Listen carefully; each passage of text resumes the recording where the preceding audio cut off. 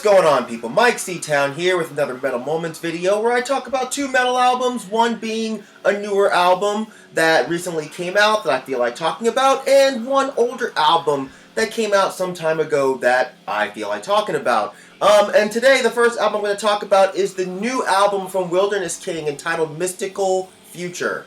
Wildernessking is a South African black metal band, and I've been a big fan of these guys ever since I heard The Writing of Gods in the Sands back in 2012. That was actually on my Best of 2012 video.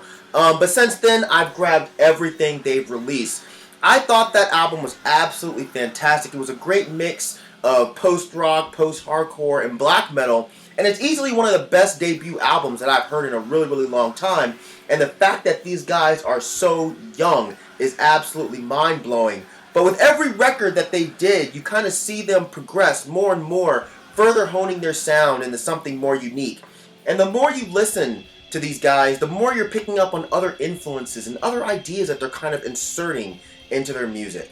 This album is definitely another step in that direction. You know, the one where they develop a sound that is truly their own sound. And this album, it shows that these guys are to be seriously contended with when it comes to making music. The way they chose to compose these songs on this release is completely different than on their past releases. You know, there's so much sadness and melancholy and passion in this album. You can literally feel it coming out through the music.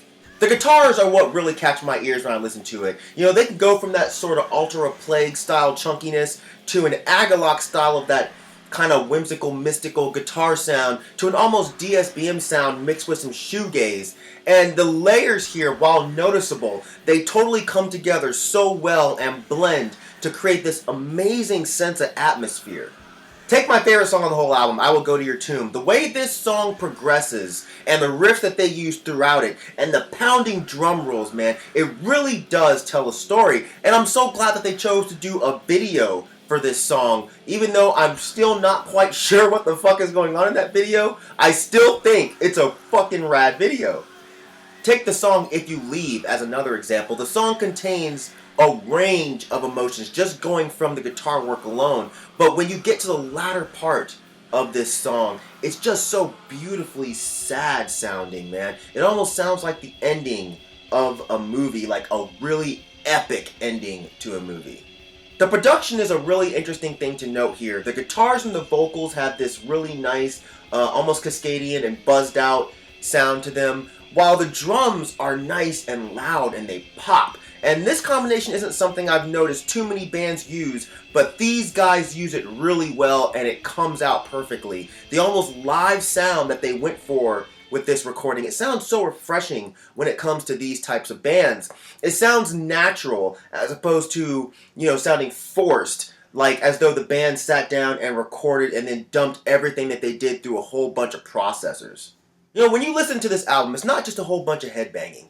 You know, this is something to listen to while driving really late at night. Or it's something to listen to while maybe hiking through the woods. And I know that that sounds hokey, but that's how I feel. And that's what I love about black metal, man. The way it can really evoke feelings from the listener that he or she may not have even been thinking about.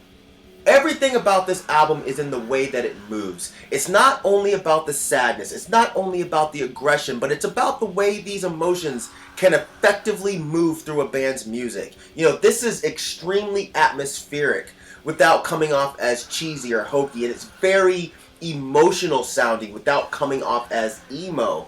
But it's a great addition to these guys' catalog, man, and it makes me really proud to know that I was onto these guys really early on in their careers, because it's been so cool and extremely exciting watching these guys progress. And I have a strong feeling that they're going to get a whole lot bigger than they are right now.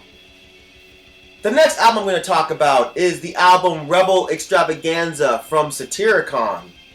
This album gets a whole lot of hate, man, and I really don't know why. I guess maybe it's because it's the next full-length after Nemesis Divina, and it was a huge departure from that sound. They had an EP, the Intermezzo 2 EP, that came out after Nemesis, and I loved that too, so I kind of knew what to expect with this project. But what got me listening to this album lately was Desi Wood, a great metal YouTuber. I'll put his the link to his channel in the description section down there. He showed his vinyl copy and mentioned how there were only a few songs on it that he liked. And that sparked me to go throw it on again, because I've always really enjoyed this album.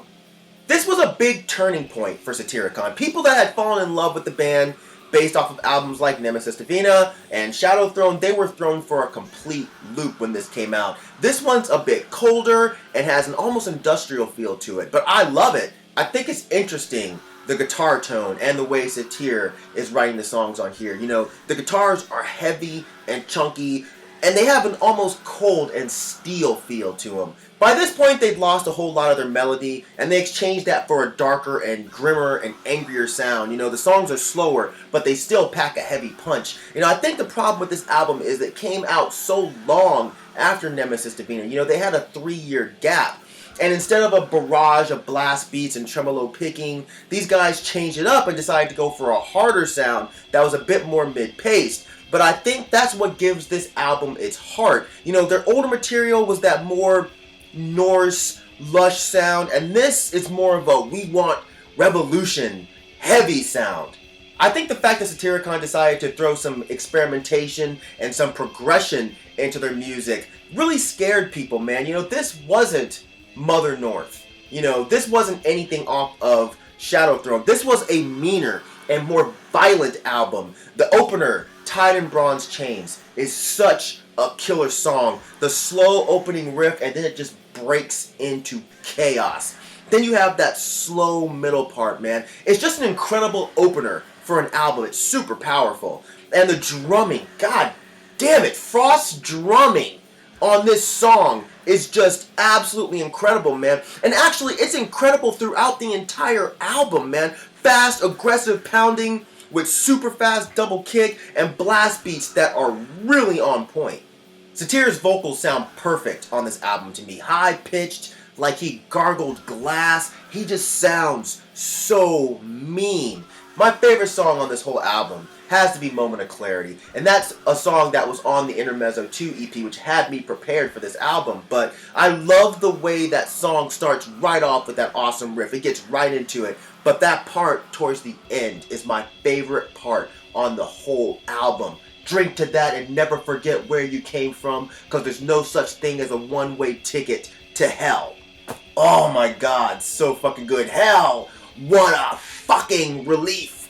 As I said, this was a big turning point for the band. They went from the more traditional Norse-sounding black metal that they actually helped pioneer to this cold, dark, and angry sound, and now to their more black rock and roll sound. But either way, I think it's a fantastic turning point, and I think if you like Satyricon now, but you haven't investigated their older material, and you haven't listened to this album, you know, I really think you're fucking up. And I also think, man, you know, if you're a big fan of Thorns, or maybe even Mysticum, you should give this album a shot, man. If you haven't heard this album prior to this review and you decide to go check it out, make sure you come back and let me know what you think, because I'm really curious, man. You know, the vast majority of black metal fans that I talk to absolutely despise this album. I even know some people who love their older material, hate this album, but then like the newer material. So it's weird. So yeah, let me know what you guys think.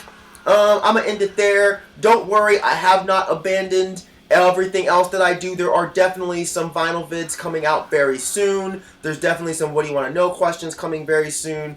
And there's also a video wrap-up of my recent trip to Costa Rica coming very, very soon. So stick with me, bear with me, yeah, all that good stuff. As usual, thank you for living, thank you for loving, thank you for being you, and I will see you guys next time. Alright?